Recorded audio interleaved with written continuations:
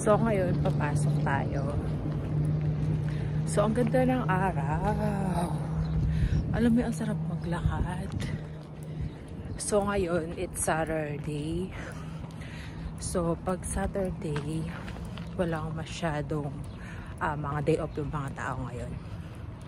So ayan. Pakita ko sa inyo.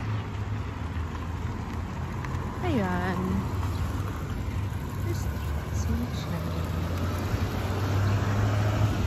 Ito is school yan. Ayan.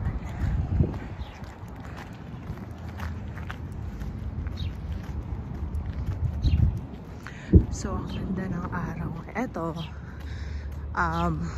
kinder school to. Kasi ang mga school dito iba-iba sila. Hindi katulad sa Pilipinas.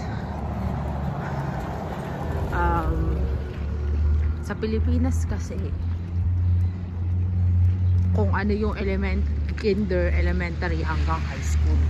Ito, naka-separate. So ayan. Like that. So ito, naglalakad lang naman ako.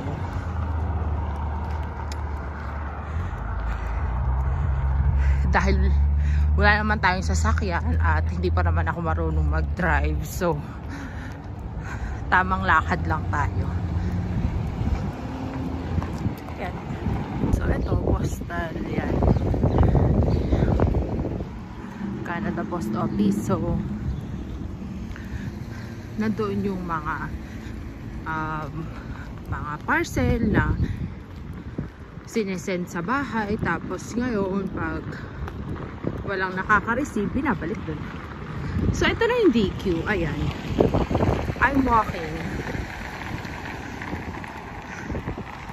Ayan ang DQ. So, kitang-kita nyo siya. Ayan. Diba? Mga 5 to 10 minutes yun. Ayan siya.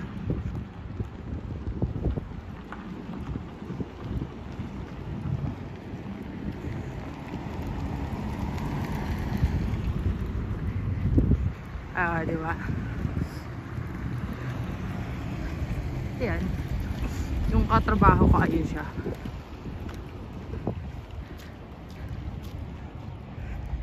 So, ayan. Duty kami ng panghapon kasi kami ngayon. 2:00 ang pasok namin.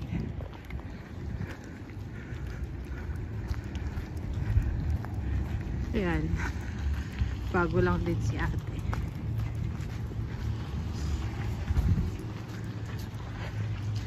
So, dito kami dumadaan. Ito yung entrance.